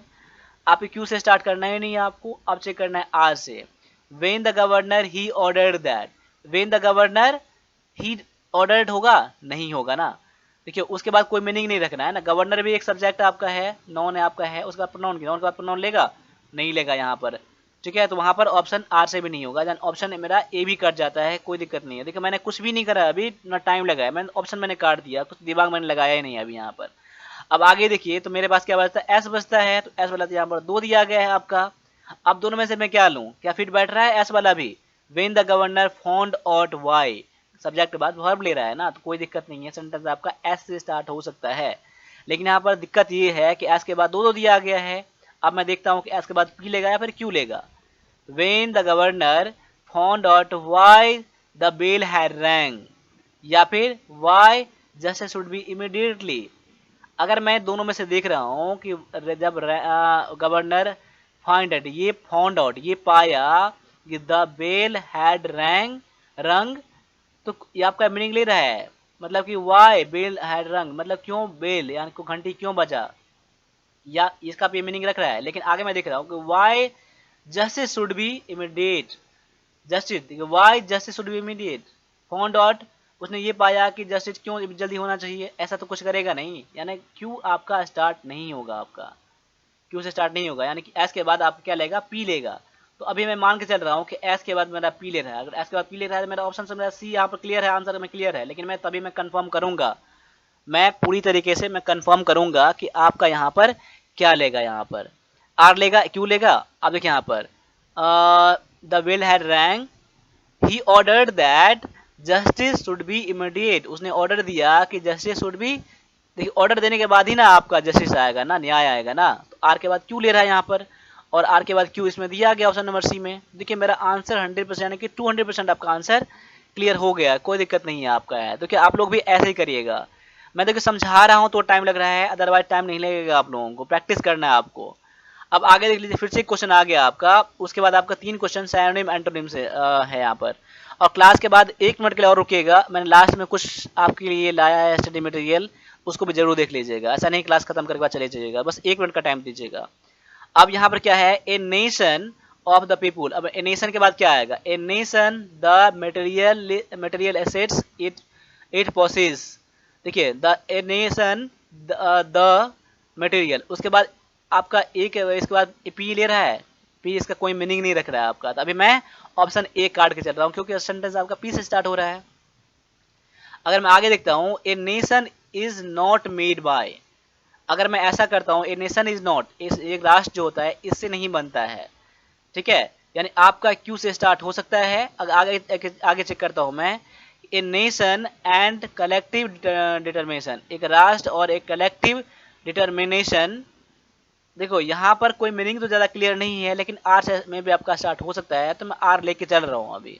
एक राष्ट्र और उसका जो दृढ़ निश्चय, जो सामूहिक जो निश्चय होता है वो, a nation but why the bill, ऐसा आपका होगा नहीं, आपका कोई मीनिंग नहीं रख रहा है, यानी कि सेंटेंस अभी मैं क्यू और आर ले रहा हूँ। अगर मैं क्यू आर ले रहा हूँ तो या तो ऑप्शन बी होगा या तो ऑप्शन सी होगा। अगर मैं ऑप्शन क्यू बी लेके चल रहा हूँ, क्यू वाला लेके चल रहा हूँ, तो देखिए मेरा मैच करेगा नहीं करेगा। A nation is made by उसके बाद क्या है, पी है, made by the material assets it possesses, इसके बाद ये मतलब ले रहा है, नेशन जो बनता है मटेरियल एसेट्स से बनता है, मतलब केवल मटेरियल एसेट्स से नहीं बनता है, कोई संपत्ति से नहीं बनता है, केवल संपत्ति से नहीं बनता है। इसके बाद मीनिंग कितना क्लियर जा रहा है अभी, इट पॉसेस इट पॉसेस के बाद क्या है, इट पॉसेस एंड कलेक्टिव, यानी कि इसके बाद मैं क्या कर रहा हूँ, क्यू के बाद मैंने यहाँ तो पी मेरा ले रहा है, यहाँ क्यू के बाद मेरा पी तो ले रहा है यहाँ पर, कोई दिक्कत नहीं है। उसके बाद एस लेगा, इट पॉसेस बट, मतलब केवल उसी से नहीं बनता है सपल से, लेकिन नॉट, क्या है ना, it is not made by the material assets it possesses but by the will and collective determination, अपने इच्छा शक्ति और दृढ़ निश्चय। एस के बाद आर ले रहा है यहाँ पर, एस के बाद आर दिया गया है इसमें, देखिए यहाँ पर एस के बाद आर, कोई दिक्कत नहीं मेरा है, आर चेक करने की जरूरत नहीं है। जब मैं 100% श्योर यहाँ पर हो गया हूँ तो कोई दिक्कत नहीं है। ऑप्शन नंबर मेरा बी क्लियर हो गया कि आपका आंसर क्या है, ऑप्शन नंबर बी है यहाँ पर, ठीक है। कोई दिक्कत आपको नहीं होना चाहिए आपको। अगर मैं आर से मैं स्टार्ट करता, अगर मैं हो सकता है आर वाला यहाँ रहता तो मैं इसको मैं चेक करता कि आर के बाद एस लेगा, देखो यहाँ पर and collective determination but by the will, a nation and collective determination but by the will आ रहा ना, एस के बाद एस जब मैं कर रहा हूँ तो आर के बाद मेरा एस जो है मैच नहीं कर रहा है, तो वैसे मेरा ऑप्शन कट ही जाता है, मेरा ऑप्शन नंबर सी। वैसे मेरा ऑप्शन बी क्लियर हो गया आपका, ठीक है, क्लियर है। अब आगे क्या है, choose the opposite word of prevent. Prevent के लिए अपोजिट वर्ड, यानी कि आपको यहाँ पर एंटोनिम करना है, आपको यहाँ पर प्रिवेंट के लिए। प्रिवेंट के लिए 4 वर्ड है, प्रोटेक्ट है, ब्लॉक है, हिंडर है और इंक्लूड है। देखिए प्रोटेक्ट मतलब, प्रिवेंट मतलब क्या होता है, रोकना होता है। क्या होता है, रोकना होता है, कोई चीज़ से हटाना होता है, वंचित कर देना होता है, प्रिवेंट कर देना होता है, कोई चीज़ के लिए रोकथाम कर देना होता है, ठीक है, ये होता है रोकथाम, रोकना, कोई चीज़ से वंचित कर देना, ठीक है। तो सबसे जहाँ पर बेस्ट जो है ना, ऑप्शन नंबर डी आपका यहाँ पर। इंक्लूड मतलब क्या होता है, सम्मिलित कर लेना, ठीक, सम्मिलित कर लेना, शामिल कर लेना, शामिल कर लेना इंक्लूड होता है, समाप्त कीजिएगा इंडस होता है यहाँ पर, ठीक है। ऑप्शन नंबर डी आपका यहाँ पर आंसर हो जाएगा। देखिए प्रोटेक्ट मतलब बचाना होता है, ब्लॉक मतलब क्या, जाम कर देना, रक्षा कर देना, उसको जाम कर देना, हिंडर मतलब छुपा लेना, तो इसको हिंडर में रोकना भी होता है। इसका साइनोनिम में हो जाएगा आपका ये हिंडर हो जाएगा, ठीक है, हिंडर हो जाएगा, ब्लॉक हो जाएगा, लेकिन आपको एंटोनिम पूछ रहा था यहाँ पर। ऑप्शन नंबर डी आपका यहाँ पर आंसर हो जाता है। अब आगे आ जाइए, अगला क्वेश्चन है आपको एंटोनिम ऑफ फॉरवर्ड। फॉरवर्ड के लिए एंटोनिम यानी कि इसका अपोजिट वर्ड पता करना है। क्या करना है, अपोजिट वर्ड पता करना है यहाँ पर आपको। यहाँ पर देखिए यहाँ पर क्या है, फॉरवर्ड, फॉरवर्ड मतलब आगे की ओर, advance, advance, go on, backward और ट्रेड, ट्रेड। यहाँ पर क्या है, तो फॉरवर्ड के लिए बैकवर्ड हो जाएगा, आगे की ओर, पीछे की ओर। ऑप्शन नंबर मेरा क्या हो जाएगा, सी हो जाएगा, एंटोनिम हो जाएगा, ठीक है, एंटोनिम यहाँ पर हो जाएगा। देखिए वन प्लस डिफेंस अकेडमी में आपका जो भी क्लास कराया जा रहा है आपका यहाँ पेड कोर्स में, सारे का इंपोर्टेंट क्लास करा दिए गए हैं। और आर्मी क्लर्क के एग्जाम में, अग्निवीर क्लर्क के एग्जाम में आपका ये सब क्वेश्चन पूछा जाएगा आपका, ठीक है, इसको करके जाना है। आगे आ जाइए, सायोनिम ऑफ इंडस्ट्रियस। इंडस्ट्रियस के लिए सायोनिम है आप रिजर्व, क्लेवर, हार्ड वर्किंग और इंटेलिजेंट। तो देखिए इंटरेस्ट मतलब क्या होता है, मेहनती करने वाला, मेहनती, मेहनती जो कड़ी मेहनत करता है ना, तो हार्ड वर्किंग को कहते हैं कड़ी मेहनत करने वाला। ऑप्शन नंबर आपका सी हो जाएगा, जो कि है ये सायोनिम है। देखिए इंटेलिजेंट तेज है, क्लेवर चालाक है, रिजर्व मतलब संकुचित रहने वाला है, यानी ऑप्स रिजर्व जो होता है ना, ये सुरक्षित रहता है वो, यानी कि यहाँ पर जो है सी इसका करेक्ट आंसर हो जाता है। तो यहाँ पर देख लीजिए, अब जितना सारे मैंने क्वेश्चन बताया है, क्लास कैसा लगा है अभी आपको, ठीक है। लाइक नहीं करा है तो लाइक जरूर करिएगा, इतना मैं कह रहा हूँ आपको, लाइक नहीं करा, सब्सक्राइब नहीं करा, सब्सक्राइब जरूर करिएगा आप लोग। लाइक से मोटिवेशन बढ़ेगा हम लोगों का, और सब्सक्राइब से सपोर्ट हम लोग आप लोग कीजिएगा, ठीक है। प्लस में आप ये जो देख रहे हैं ना, अग्निवीर क्लर्क इंग्लिश का, अगले क्लर्क इंग्लिश का क्लास जो है अभी 999 है, वो ज्वाइन कर लीजिएगा, और मैथ क्लास 799 है, दोनों ज्वाइन कर लीजिएगा। 1800 लगेंगे, आपका बेड़ा पार हो जाएगा इस बार आर्मी क्लर्क एग्जाम, ठीक है। 1800 रुपये में आप समझ लीजिए, कहीं भी क्लास कर रहे हैं, कोई बुक से कर रहे हैं तो जरूर कीजिएगा। आप ये दोनों क्लास ज्वाइन कर लेते हैं तो ये सारे आप मटेरियल मैं फ्री में सेंड कर दूंगा मैं आपको, ठीक है, जो कि आपको इससे 45 सब्जेक्ट के लिए, अग्निवीर क्लर्क इंग्लिश के लिए, ठीक है, और कंप्यूटर के लिए मैं फ्री में सेंड कर दूंगा मैं आपको। देखिए अभी तक मैं 35 सिटी में सेंड कर रहा था, ठीक है, 35 सिटी सेंड में कर रहा था, तो प्रैक्टिस करने के लिए मैं आपको अच्छा खासा हो जाएगा। और अगर आप इसके अलावा क्लास भी नहीं लेना चाहते हो तो अग्निवीर का जो 45 सेट है वो आपको ई बुक लेने के लिए 299 पे करने होते हैं। बहुत ही अच्छा सा क्वेश्चन पेपर है आपका 45 सेट। और अग्निवीर क्लर्क का इंग्लिश लीजिएगा, ई बुक लीजिएगा, जिसमें कि 50 पैसेज है, 77 PQRS है, 100 आर्टिकल है, 280 कॉमन एरर है, 280 प्रिपोजिशन है, और 1000 क्या है, सैनिम एंटोनिम यहाँ पर है, ठीक है, 150 रुपये लगेगा इसको। और अग्निवीर कंप्यूटर जो है, अग्निवीर क्लर्क के लिए कंप्यूटर जो है वो आपका 50 रुपये का है, जो कि इसमें 800 प्लस क्वेश्चन, 1 लाइनर क्वेश्चन है आपका यहाँ पर। तो आर्मी क्लर्क के लिए बेस्ट है, तो ये सब जरूर ले लीजिएगा। प्लस में 1+1 अकेडमी का एप्लीकेशन डाउनलोड करिए प्ले स्टोर से। और कोई क्वेरी है बुक्स रिलेटेड या क्लास रिलेटेड, तो आप मुझे कॉल या व्हाट्सएप भी जरूर कर लीजिएगा। और भी ऐसे ही इन्फॉर्मेशन के लिए आप हमसे साथ जुड़िएगा और क्लास को शेयर जरूर करिएगा। इतना पुण्य का भागी बनिए आप लोग, और 1+1 अकेडमी के परिवार को आप लोग बहुत बड़ा बनाइए। देखिए क्लास यहाँ पर लेंदी हो गया है, लेकिन क्लास यहाँ पर बेस्ट क्लास है आपके लिए, तो अभी के लिए इतना ही रहने दीजिए। मिलते हैं अगले क्लास में, तब तक के लिए सभी से एक बार फिर से जय हिंद, जय भारत।